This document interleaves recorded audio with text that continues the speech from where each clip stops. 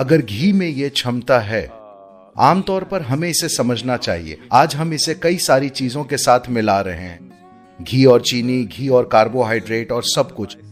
आमतौर पर पारंपरिक रूप से घी को पहले निवाले के रूप में खाया जाता था, और घी के साथ पहला निवाला खाने का विचार यह है कि घी एक चिकनाई वाला पदार्थ है जो पूरी आहार नली को चिकनाई देता है। आपको सबसे पहले इसे ही खाना चाहिए ताकि ये भोजन के प्रवाह को आसान बना दे। और भारत में एक कारण ये भी है कि कई तरीकों से मिर्च भारत का मिजाज है, ठीक है? तो खास तौर से राजस्थान में मिर्च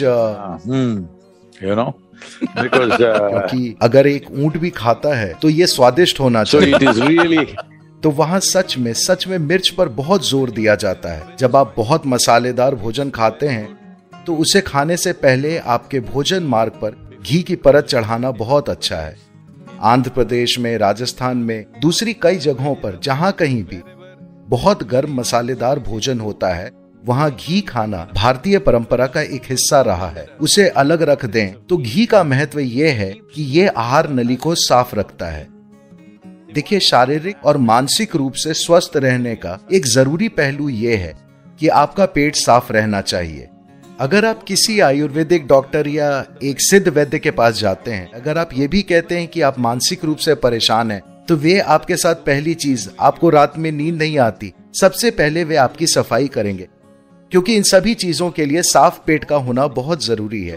तो जो व्यक्ति घी का उचित तरीके से सेवन करता है, उसका पेट हमेशा साफ रहेगा, क्योंकि वहां कुछ नहीं चिपकता, वहां कुछ भी लंबे समय तक नहीं ठहरता।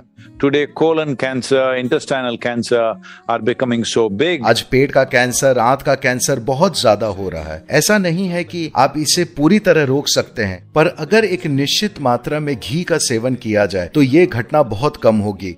And the ghee must be of the right quality.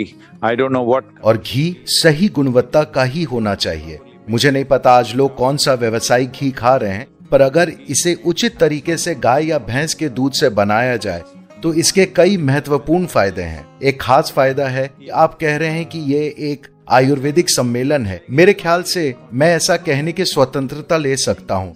ये सिस्टम के भीतर आभा को बढ़ाता है, कोशिकीय आभा ऊंची उठेगी, And you will have और आपका सिस्टम ज्यादा जीवंत हो उठेगा, जो कि लोगों के साथ आपके व्यवहार में प्रकट होगा।